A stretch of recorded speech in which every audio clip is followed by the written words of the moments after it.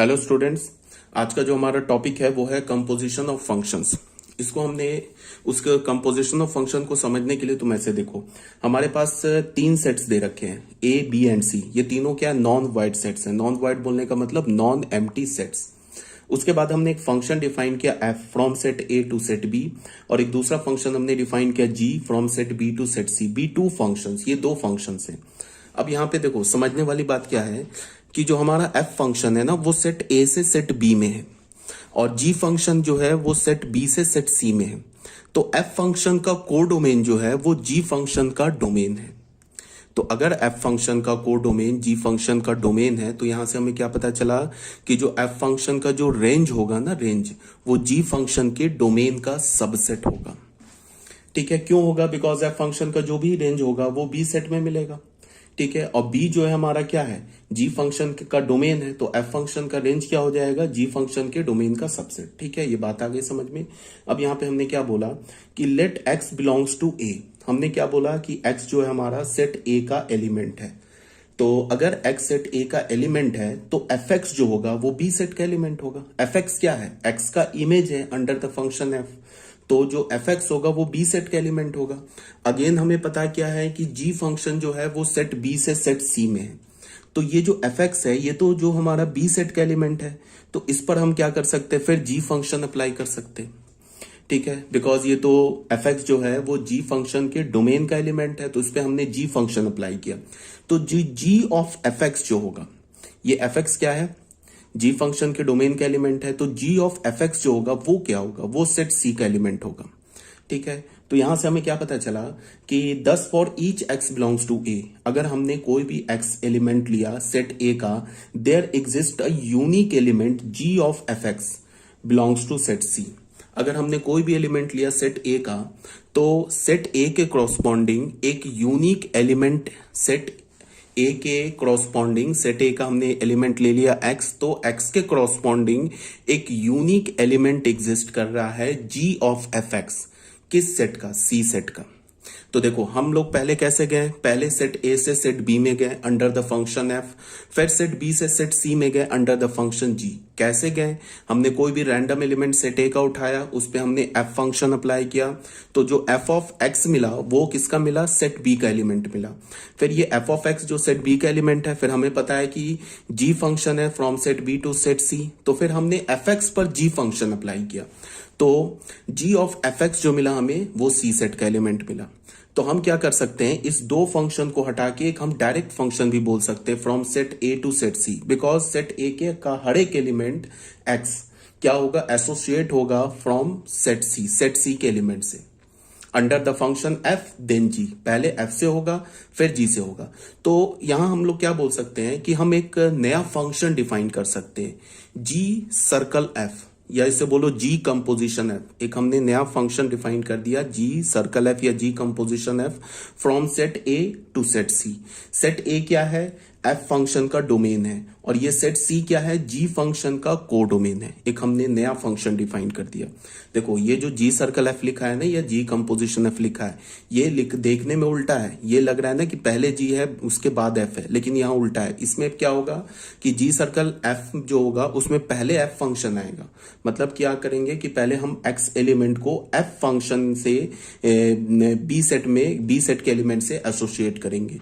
फिर ये जो बी सेट का एलिमेंट है एफ एक्स है, इसको जी फंक्शन से सी सेट के एलिमेंट से एसोसिएट करेंगे। तो ये हमारा क्या फंक्शन हो गया, from set A to set C, इसे हम क्या बोलेंगे, जी सर्कल एफ। ठीक है, तो इसको छोटी सी बात क्या है कि अभी आगे देखते हैं। तो अगर मान लो कि इसको डेफिनेशन में हम डिफाइन करेंगे, तो डिफाइन कैसे हुआ, हमारे पास एक एफ फंक्शन है from set A to set B, एक जी फंक्शन है from B to C.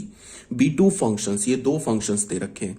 Then a function ji circle f, ये जो जी सर्कल एफ होगा ये एफ फंक्शन के डोमेन से जी फंक्शन के को डोमेन में होगा। एफ फंक्शन का डोमेन है ए और जी फंक्शन का को डोमेन है सी। तो जी सर्कल एफ जो होगा ये फ्रॉम ए टू सी होगा, डिफाइंड बाई। इसे हम डिफाइन कैसे करेंगे, ऐसे हमने लिखा जी सर्कल एफ एक्स, इसको हम क्या बोलेंगे, जी ऑफ एफ एक्स। इसे हम बोलेंगे G of F X for all X belongs to A. जितने भी एक्स होंगे ना बिलोंग्स टू ए सेट के जितने भी एलिमेंट्स होंगे उन सब के लिए हमने क्या डिफाइन किया, G circle F x, G of F X. ठीक है, इसमें नोट करने वाली बात क्या है कि नोट में ये देखो, G circle F is defined only if for each X belongs to A F x is an element of domain of G. G circle F कब डिफाइंड होगा? जब एक्स का कोई भी हम एलिमेंट लिए, ए सेट का कोई भी एलिमेंट हम एक्स ले, तो जो एफ एक्स मिलना चाहिए ना, ये जी फंक्शन के डोमेन में मिलना चाहिए। यहां पे तो हमारे पास क्या है, ये जो बी सेट है ये एफ और जी के लिए कॉमन है। एफ का ये को डोमेन है और जी का डोमेन है, तो ऑब्वियस ही बात है कि अगर हम एक्स पे एफ फंक्शन अप्लाई करेंगे तो जो एफ एक्स मिलेगा वो जी फंक्शन के डोमेन का ही एलिमेंट मिलेगा। बट आगे क्या हो सकता है कि हम 3 सेट की जगह 4 सेट ले लें, उसमें क्या कंडीशन होगा अभी हम आगे उसे डील करेंगे। तो हमने क्या बोला कि G circle F is defined only if, G circle F कब डिफाइंड होगा? If for each X belongs to A, X A set का हमने कोई भी एलिमेंट, ए सेट का हमने कोई भी एलिमेंट एक्स ले लिया, f x is an element of domain of g. F x जो होना चाहिए वो जी फंक्शन के डोमेन का एलिमेंट होना चाहिए, so that we can take its g image. अगर मान लो कि एफ एक्स जी फंक्शन के डोमेन का एलिमेंट ही नहीं होगा तो फिर हम एफ एक्स पर जी इमेज नहीं ले सकते, मीन्स एफ एक्स पर जी फंक्शन अप्लाई नहीं कर सकते। तो एफ एक्स को क्या होना होगा? जी फंक्शन के डोमेन का सबसेट होना होगा, या फिर ऐसे बोलो कि एफ एक्स को जी फंक्शन के डोमेन का एलिमेंट होना होगा। ठीक है, तो यहां पे अब देखो क्या है कि अब हमने 4 सेट ले लिया, A B C and D. अब यहां पे हमने एक फंक्शन फिर डिफाइन किया, G circle F function define किया। तो यहां पे सबसे पहली बात क्या है कि सपोज दैट तुम ऐसे सोचो कि हमने कोई भी रैंडम एलिमेंट एक्स ले लिया, ठीक है, रैंडम एलिमेंट हमने एक्स ले लिया, एक्स पर एफ फंक्शन अप्लाई किया तो हमें क्या मिलेगा? एफ एक्स मिलेगा। यहां पे हमने लिया, एक सेट लिया F from set A to set B, और एक हमने फंक्शन लिया G from set C to set D. अब तुम ऐसे देखो कि हमने एफ सेट ए से कोई भी एक रैंडम एलिमेंट एक्स ले लिया, उस एक्स पर हमने एफ फंक्शन अप्लाई किया तो हमें क्या मिलेगा? F X. ठीक है, अब यहां पे क्या है कि सेट बी और सेट सी डिफरेंट है, इसका मतलब कि एफ फंक्शन का को डोमेन और जी फंक्शन का जो डोमेन है वो 2 डिफरेंट सेट है। सपोज डेट ऐसा हो जाए कि बी सेट और सी सेट में कोई इंटरसेक्शन ना हो, बी सेट और सी सेट में कोई इंटरसेक्शन ना हो, या फिर तुम ऐसे देखो कि बी सेट एफ फंक्शन का जो रेंज हो ना वो जी फंक्शन के डोमेन का सबसेट ना हो, एफ फंक्शन का जो रेंज हो वो जी फंक्शन के डोमेन का सबसेट ना हो, तो फिर क्या प्रॉब्लम क्रिएट हो जाएगी? फिर क्या प्रॉब्लम होगी कि हमने एक्स फंक्शन पे, अगर एक्स एलिमेंट पर अगर हमने एफ फंक्शन अप्लाई किया तो एफ एक्स मिल जाएगा। अगर वो एफ एक्स जी फंक्शन के डोमेन का एलिमेंट नहीं है तो फिर तुम क्या कर सकते हो कि उस जी फंक्शन एफ एक्स पर जी फंक्शन अप्लाई नहीं कर सकते हो। और अगर तुमने एफ एक्स पर जी फंक्शन अप्लाई नहीं किया तो फिर क्या होगा? जी सर्कल एफ डिफाइन नहीं होगा, बिकॉज जी सर्कल एफ का हमारा डोमेन क्या है? जी सर्कल एफ का डोमेन तो है जो एफ फंक्शन का डोमेन है। ठीक है, इसका मतलब क्या होगा कि एफ फंक्शन के डोमेन के हर एक एलिमेंट का इमेज मिलना चाहिए under the function ji circle F. But अगर मान लो तुमने एफ फंक्शन के डोमेन का कोई एक एलिमेंट एक्स उठा लिया, उस पर तुमने एफ फंक्शन अप्लाई किया तो हमें क्या मिल गया? एफ एक्स मिल गया। अब अगर वो एफ एक्स जी फंक्शन के डोमेन में नहीं मिला तो फिर तुम एफ एक्स को क्या कर सकते हो? एफ एक्स पर फिर तुम जी फंक्शन अप्लाई नहीं कर सकते हो। इसका क्या मतलब होगा कि फिर एक्स एलिमेंट का इमेज नहीं मिलेगा under the function ji circle F, तो फिर जी सर्कल एफ डिफाइन नहीं होगा। तो जी सर्कल एफ को डिफाइन होने के लिए क्या कंडीशन है कि जो जी सर्कल एफ फंक्शन का जो रेंज है ना, जी सर्कल एफ को मैं बता रहा हूं डिफाइंड होने के लिए क्या कंडीशन है कि जो जी एफ का जो रेंज है, एफ फंक्शन का जो रेंज है वो जी के डोमेन का सबसेट होना चाहिए। अगर जैसे हमने यहाँ पे 3 सेट लिया ए बी सी, यहाँ पे ये जो बी सेट है ये तो एफ और जी में कॉमन है, इसका मतलब है कि जो एफ फंक्शन का जो रेंज होगा वो ऑब्वियस ही बात है जी के डोमेन का सबसेट होगा। बट यहाँ पे हमने 4 सेट ले लिया है, A B C and D. पहले 2 सेट में हमने एफ फंक्शन डिफाइन किया है, अगले 2 सेट में हमने जी फंक्शन डिफाइन किया है। अब मान लो कि ये एक्स एलिमेंट है, अगर हमने एक्स पर क्या किया, एक्स पर हमने एफ फंक्शन अप्लाई किया तो हमें एफ एक्स मिल गया, और वो एफ एक्स यहां आ गया, सपोज दैट इस पॉइंट पर आ गया। ए से हमारा बी सेट डिफाइंड है ना, मान लो कि वो एफ एक्स जो है इस पॉइंट पर आ गया, सपोज दैट ये आ गया, एफ एक्स जो होगा कहां आएगा? सेट बी में आएगा, वो एफ एक्स यहां आ गया मान लो, सपोज दैट। अब क्या है, ये देखो ये पॉइंट है हमारा एफ एक्स, तो फिर तुम इस पॉइंट पे ना जी फंक्शन अप्लाई नहीं कर सकते। क्यों नहीं अप्लाई कर सकते हो? कि ये जो पॉइंट है ये सी के जी फंक्शन के डोमेन में नहीं लाई कर रहा है। इसका क्या मतलब है कि तुम इस पॉइंट पर फिर जी फंक्शन अप्लाई नहीं कर सकते हो। तो इस पॉइंट पर अगर जी फंक्शन नहीं अप्लाई कर सकते हो, इसका क्या मतलब होगा कि एक्स एलिमेंट का इमेज नहीं मिलेगा under the function ji circle F. G circle F function के अंडर एफ फंक्शन का एक्स फंक्शन का इमेज नहीं मिलेगा। तो अगर एक्स का इमेज नहीं मिला, एक्स क्या हमारा एफ फंक्शन का डोमेन है। और हमने जी सर्कल एफ कैसे डिफाइन किया ये देख लो। जी सर्कल एफ हमने कैसे डिफाइन किया है, इसका डोमेन हमने क्या बोला है, जो सेट जो एफ फंक्शन का डोमेन है वही है ना जी सर्कल एफ का डोमेन। तो अगर मान लो कि ए सेट के किसी भी एलिमेंट का इमेज नहीं मिले under the function ji circle F, तो फिर ये जी सर्कल एफ फंक्शन ही डिफाइन नहीं होगा ना G circle F function define. तो जी सर्कल एफ फंक्शन को डिफाइन होने के लिए क्या होना होगा कि जो एफ का ये जो बाद में फंक्शन लिखा है ना, इस फंक्शन का जो रेंज है वो जी फंक्शन के डोमेन का सबसेट होना चाहिए, तभी जाके जी सर्कल एफ फंक्शन डिफाइंड होगा।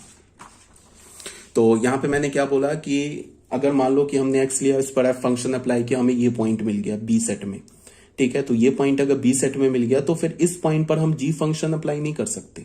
तो इस पॉइंट पर अगर हमने जी फंक्शन नहीं अप्लाई कर सकते हैं तो इसका मतलब कि एक्स का इमेज तो मिल रहा है under the function F, but X का इमेज नहीं मिलेगा under the function ji circle F. G circle F पे इमेज नहीं मिलेगा। क्यों नहीं मिलेगा? बिकॉज इस पॉइंट पर फिर हम जी फंक्शन अप्लाई नहीं कर सकते। क्यों नहीं कर सकते?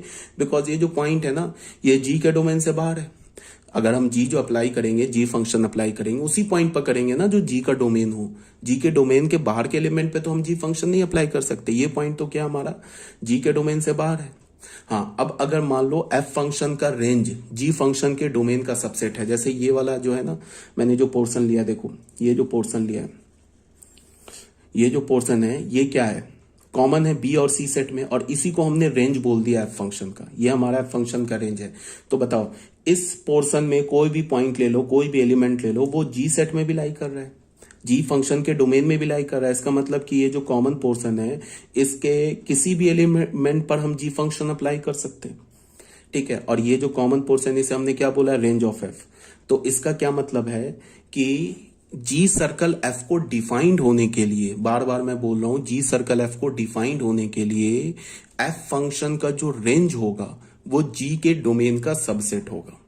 अगर हमने 4 डिफरेंट सेट लिया है, एक सेट में, पहले 2 सेट में हमने एफ फंक्शन डिफाइन किया है, अगले 2 सेट में अगर हमने जी फंक्शन डिफाइन किया है, तो क्या होना चाहिए, एफ फंक्शन का रेंज जी फंक्शन के डोमेन का सबसेट होना चाहिए। और अगर हमने 3 सेट लिया है, ए बी सी, ए से बी में हमने एफ फंक्शन डिफाइन किया है और बी से सी में हमने जी फंक्शन डिफाइन किया है, तो यहाँ पे ऑब्वियस सी बात है कि जो एफ फंक्शन का रेंज होगा वो जी के डोमेन का सबसेट होगा। तो यहाँ पे कोई प्रॉब्लम नहीं है। यहाँ पे क्या होगा, जी सर्कल एफ हमेशा डिफाइंड होगा। बट अगर हमने 4 फंक्शंस लिया है तो हमें पहले जी सर्कल एफ को डिफाइंड होने के लिए सबसे पहला काम क्या करना होगा कि हमें एफ के रेंज को जी फंक्शन के डोमेन का सबसेट ये चेक करना होगा। अगर एफ का रेंज जी के डोमेन का सबसेट है तो फिर जी सर्कल एफ डिफाइंड होगा, और एफ का रेंज अगर जी के डोमेन का सबसेट नहीं है तो फिर जी सर्कल एफ डिफाइंड नहीं होगा। ये बात तुम्हें समझना है, ठीक है।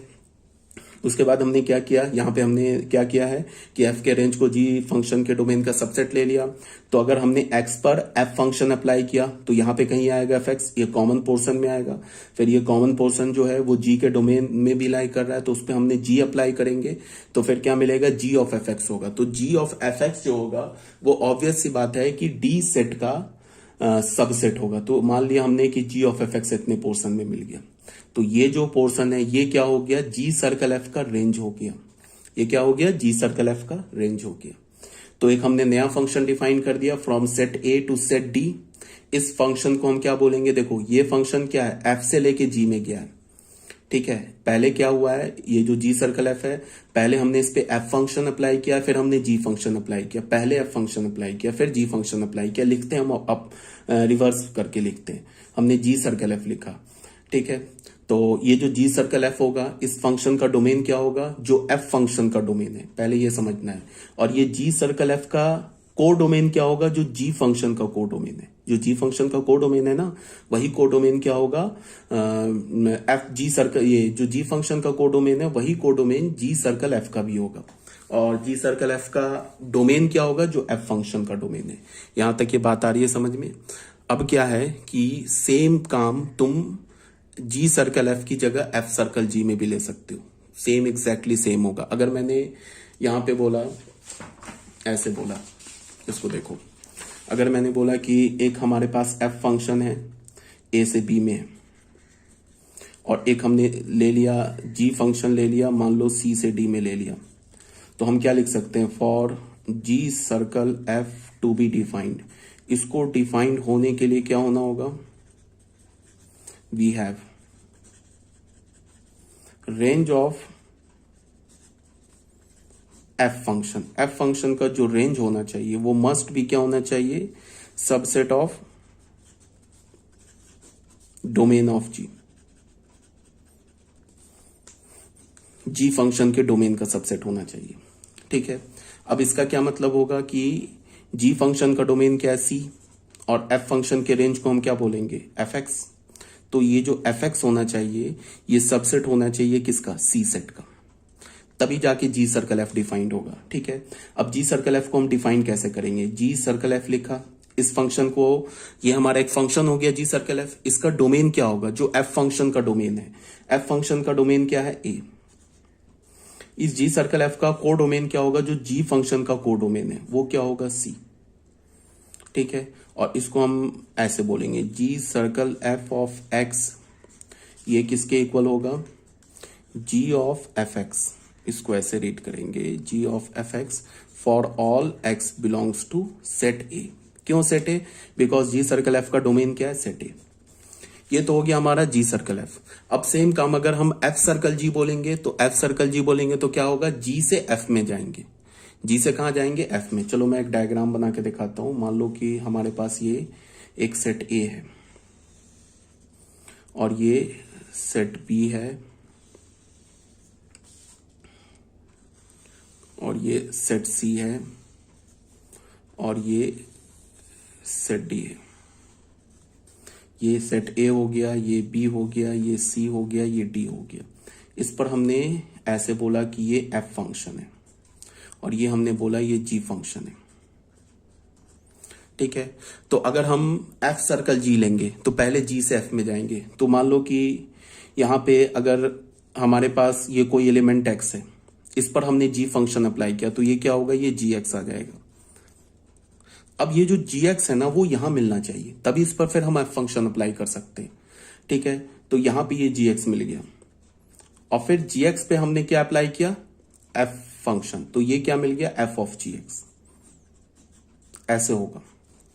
अब यहां पे क्या होना चाहिए कि अगर हम एफ सर्कल जी बोलेंगे, एफ सर्कल जी बोलेंगे, तो एफ सर्कल जी के लिए क्या होना चाहिए कि जो जी फंक्शन का जो रेंज है वो एफ फंक्शन के डोमेन का सबसेट होना चाहिए। तो इसका क्या मतलब है कि यहां पे ये पूरा ऐसे करके तुम ले लो, ये पोर्शन आ गया हमारा रेंज ऑफ जी।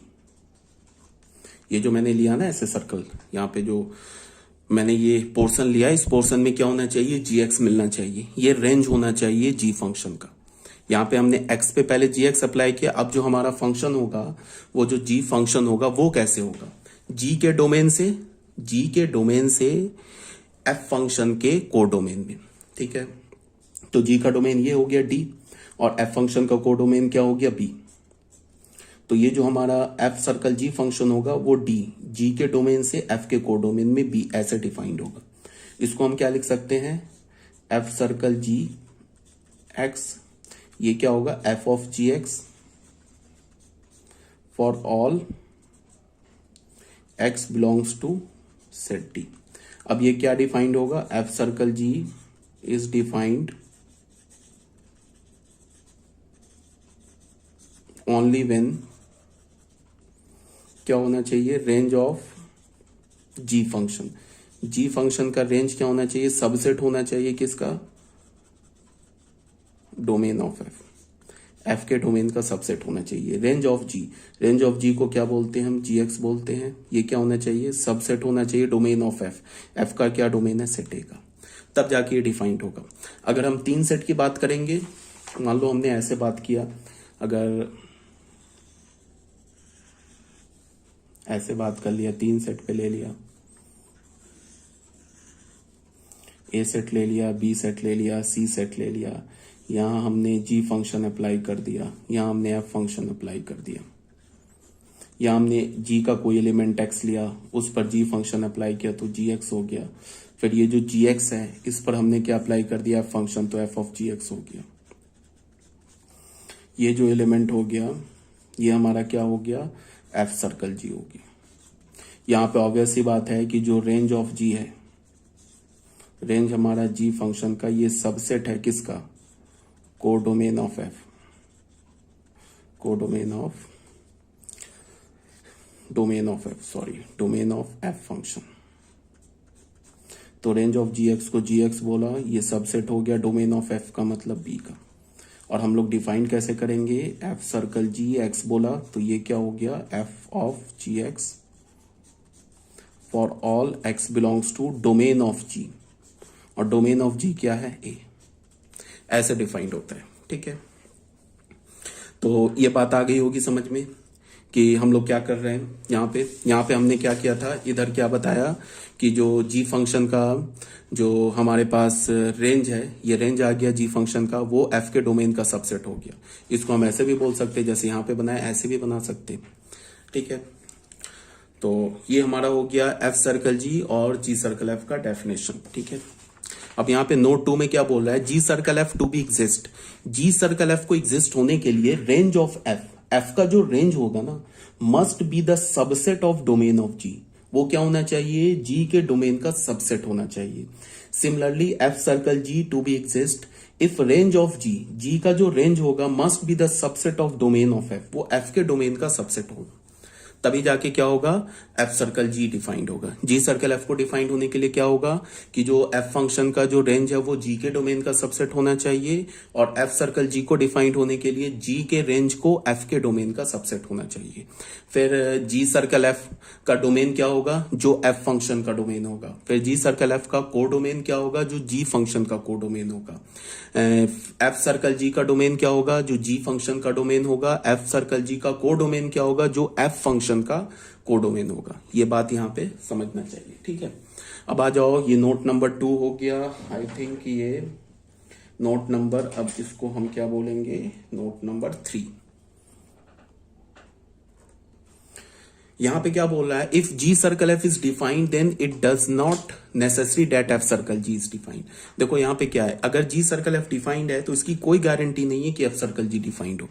ऐसा हो सकता है ना कि एफ का रेंज जी के डोमेन का सबसेट हो, बट जी का रेंज एफ के डोमेन का सबसेट ना हो। तो अगर एफ का रेंज जी के डोमेन का सबसेट होगा तो फिर जी सर्कल एफ डिफाइंड हो जाएगा, बट अगर जी का रेंज एफ के डोमेन का सबसेट नहीं होगा तो फिर एफ सर्कल जी डिफाइंड नहीं होगा। हाँ, ये भी पॉसिबिलिटी हो सकती है कि जी सर्कल एफ डिफाइंड हो, एफ सर्कल जी भी डिफाइंड हो, दोनों डिफाइंड हो। ये भी पॉसिबिलिटी हो सकती है कि जी सर्कल एफ डिफाइंड ना हो, एफ सर्कल जी भी डिफाइंड ना हो। मतलब कुछ भी हो सकता है। ऐसा नहीं होगा कि हम अगर जी सर्कल एफ डिफाइंड हो जाएगा तो हम अब खुद से आंख बंद करके मान लेंगे कि फिर एफ सर्कल जी भी डिफाइंड होगा। कुछ भी हो सकता है। ये भी हो सकता है दोनों डिफाइंड हो, दोनों डिफाइंड ना हो, एफ सर्कल जी और जी सर्कल एफ में एक ही डिफाइंड हो। ये भी पॉसिबल हो सकता है कि एफ सर्कल जी डिफाइंड हो, जी सर्कल एफ डिफाइंड हो, दोनों इक्वल फंक्शन ना हो। ये भी हो सकता है कि एफ सर्कल जी डिफाइंड हो, जी सर्कल एफ डिफाइंड हो, दोनों इक्वल फंक्शन आ जाए।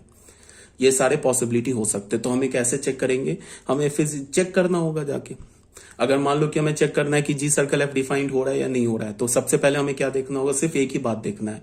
जी सर्कल एफ को डिफाइंड होने के लिए सिर्फ हमें ये चेक करना है कि जो एफ का जो रेंज है, अगर वो जी के डोमेन का सबसेट हो गया तो फिर जी सर्कल एफ डिफाइंड होगी, ठीक है। और अगर हमें एफ सर्कल जी को चेक करना है कि डिफाइंड है या नहीं है, तो फिर हमें क्या देखना होगा कि जो जी का रेंज है, अगर एफ के डोमेन का सबसेट हो गया तो फिर एफ सर्कल जी डिफाइंड हो गया।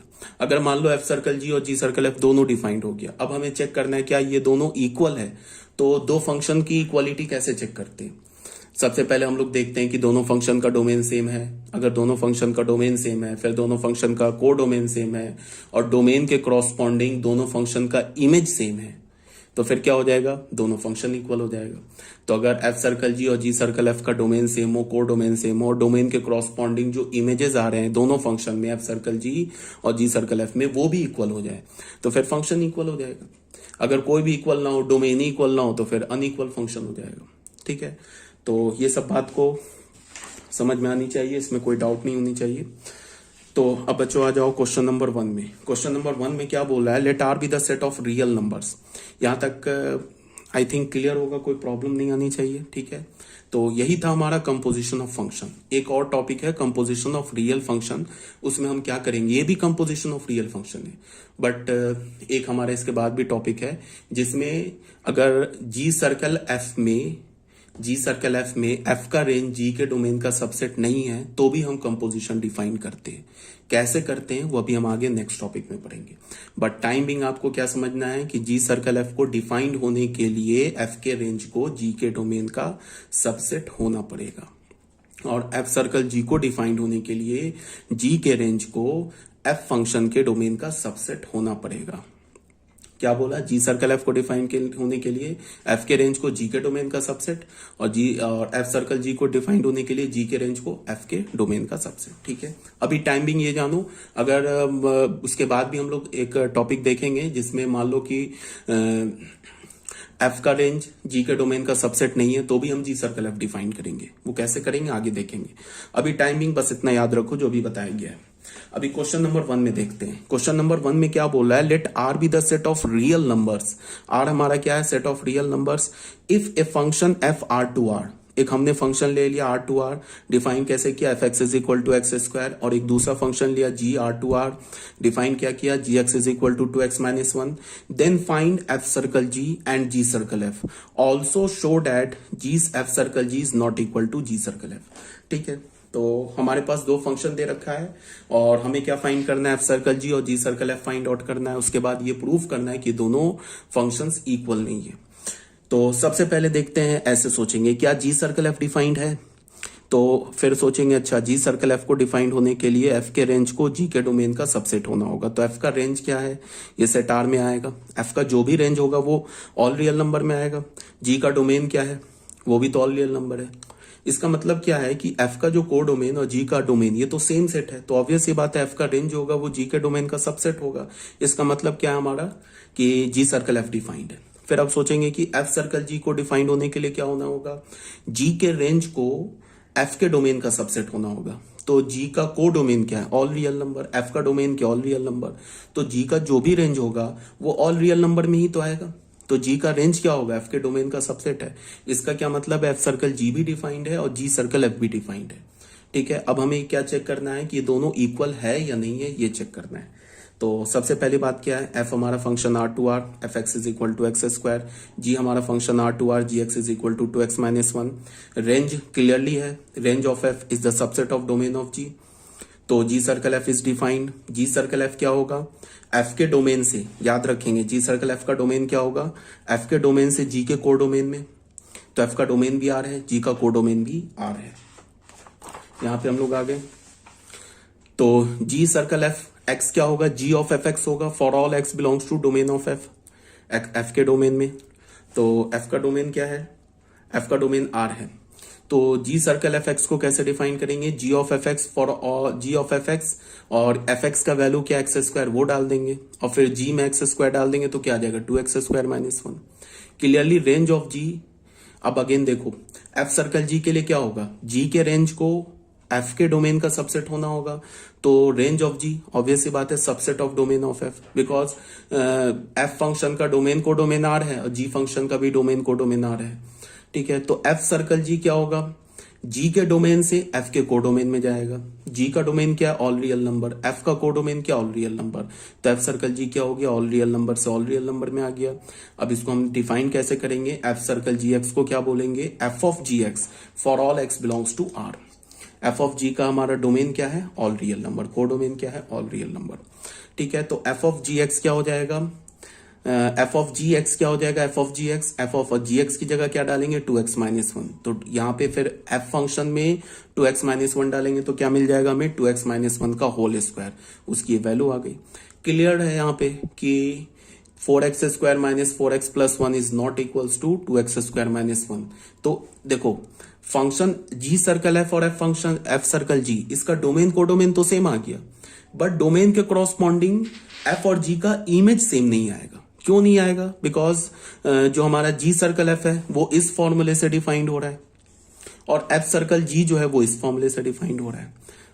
ठीक है, तो जब फॉर्मूला ही डिफरेंट है तो एक्स के क्रॉसपॉन्डिंग इमेज कहां से सेम आ सकता है। हाँ, एक बात याद रखो, कभी कभी ऐसा होता है ना कि मान लो हमारे पास दो फंक्शन है, फॉर जी फंक्शन है, दोनों का डोमेन सेम है, और या दोनों का डोमेन में फाइनाइट नंबर ऑफ एलिमेंट है, तो कभी कभी ऐसा होता है कि फॉर्मूला भले ही देखने में डिफरेंट लग रहा हो, बट उस फॉर्मूले में तुम एक्स का वैल्यू डालोगे ना, तो उसके लिए जो एफ एक्स और जी एक्स का वैल्यू आएगा वो सेम आ जाएगा। तो हमेशा ऐसा देख के नहीं बोलेंगे कि अरे फॉर्मूला एफ एक्स और जी एक्स का सेम है तो इसका मतलब इक्वल नहीं होगा, ये कभी नहीं गलती ऐसा करेंगे।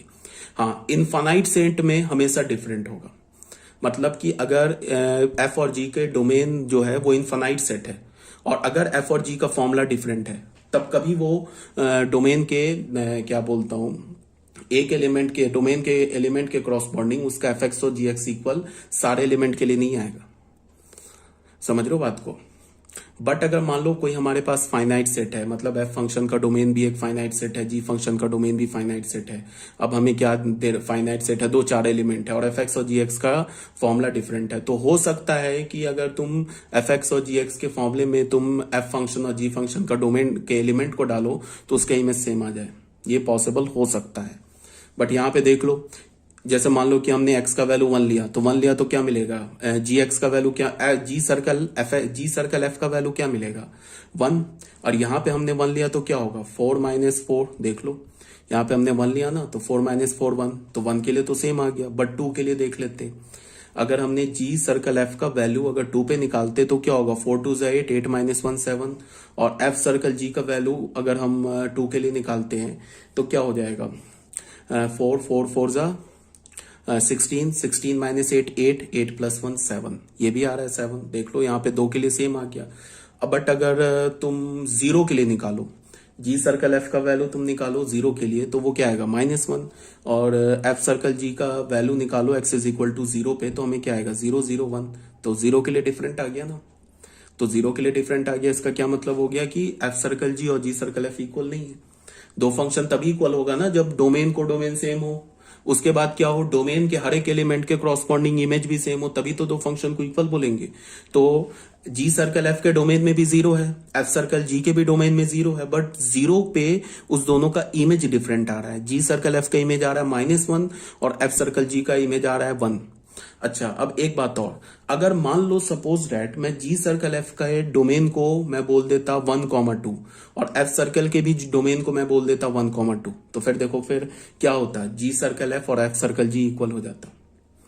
देख लो 1 पे आ रहा है ना, 1 पे 1 और यहां पे 1 लिया तो ये 1 पे 1 आ रहा है, 2 पे क्या आ रहा है 2 4 8 1 7 आ रहा है, यहाँ पे 2 डालेंगे 4 4 4 जा 16 और 2 डालेंगे 16। अच्छा, यहाँ पे तो गड़बड़ कैलकुलेशन हो गया, 68 8 प्लस 1 9 आ रहा है। अच्छा, 2 पे भी डिफरेंट आ रहा है, सिर्फ किस पे आ रहा था 1 पे सेम, और भी हो सकता है एक दो एलिमेंट पे क्या हो जाए इसका वैल्यू सेम आ जाए। तो मान लो ही चलो हमने डोमेन ही को ले लिया, डोमेन तो एक सिंगल एलिमेंट भी हो सकता है ना, डोमेन को मान लो हमने 1 ले लिया, तो डोमेन को 1 ले लिया, तो डोमेन को 1 ले लिया तो फिर क्या हो जाएगा जी सर्कल एफ सर्कल जी क्या हो जाएगा इक्वल हो जाएगा, बिकॉज 1 पर क्या हो रहा है 1 पर इसका इमेज सेम आ रहा है। तो कहने का क्या मतलब है, कहने का ये मतलब है कि सिर्फ फॉर्मूला देख के ना हम ऐसा नहीं बोलेंगे कि फॉर्मूला अगर डिफरेंट है, डोमेन और कोडोमेन सेम है, फॉर्मूला डिफरेंट है, तो आंख बंद करके ये नहीं बोल देंगे कि फंक्शन अनइक्वल होगा। हो सके कि जो डोमेन है ना वो फाइनाइट सेट हो, एफ और जी का डोमेन जो सेम डोमेन है वो फाइनाइट सेट हो, और उस फाइनाइट सेट के लिए भले ही फॉर्मूला डिफरेंट हो बट उस डिफरेंट फॉर्मूले पे क्या बोलते इमेज सेम आ जाए, ये पॉसिबल हो सकता, बट यहाँ पे नहीं था। तो जी सर्कल एफ क्या हो गया एफ सर्कल जी के इक्वल नहीं हुआ, ठीक है।